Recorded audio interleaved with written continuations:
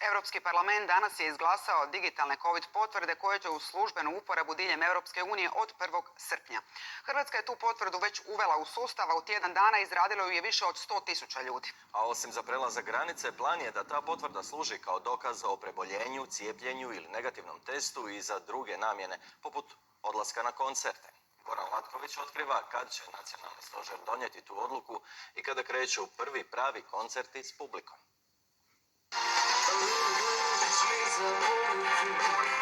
Pjesma je krenula, okupljaju se ljudi na koncertima i manifestacijama, ali pod epidemiološkim mjerama. Unatoč ograničenjima, organizatori su ugodno iznenađeni odazivom. Jučer smo radili analizu i vidjeli smo da u zadnjih mjesec dana broj prodanih ulaznica je trostruki, znači 3 puta veći u odnosu na isti period prošle godine. Dakle, to pokazuje stvarno jedan ozbiljan optimizam.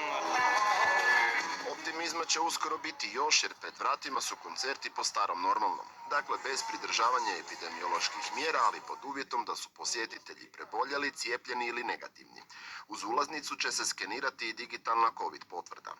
Ono što je cilj zapravo da se integriraju ulaznice, znači provjera ulaznica sa provjerom tih zelenih propusnica, odnosno putovnica, tako da taj proces bude brz, jednostavan i na jednom mjestu. Ne želimo na ulazu otežavati ili usporavati taj proces dodatno.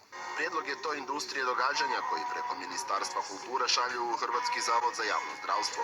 Dogovarao se i prvi probni koncert bez mjera, ali opcije oko njegove realizacije još su na stolu. Bilo je u skladu sa razgovorima koje smo imali sa zajednicom nekih prijedloga o koncertu na Jarunu, o koncertu u Areni. Točno gdje će i kako će taj prvi koncert izgledati, to sad je teško reći. Ono što ovisi?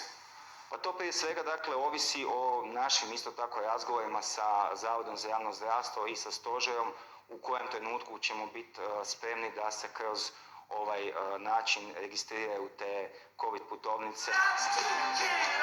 RTL danas ekskluzivno doznaje da bi ta odluka trebala biti donesena ovaj tjedan. Stožer u ovom trenutku razmatra donošenje tih nacionalnih pravila za korištenje digitalne COVID potvrde i ja pretpostavljam da ćemo mi do kraja tjedna imati neko nacionalno rješenje za to i tad ćemo moći razgovarati o tome gdje i na koji način bi se organizirao taj koncert. Ja se nadam da ćemo u petak znati nešto više o tome. S obzirom na to da će stožer nove mjere objaviti do 15.6., a u njih bi, kako neslužbeno doznajemo, trebala ući korekcija broja ljudi na okupljanju, prvi koncert po starom normalnom trebao bi biti održan do kraja mjeseca.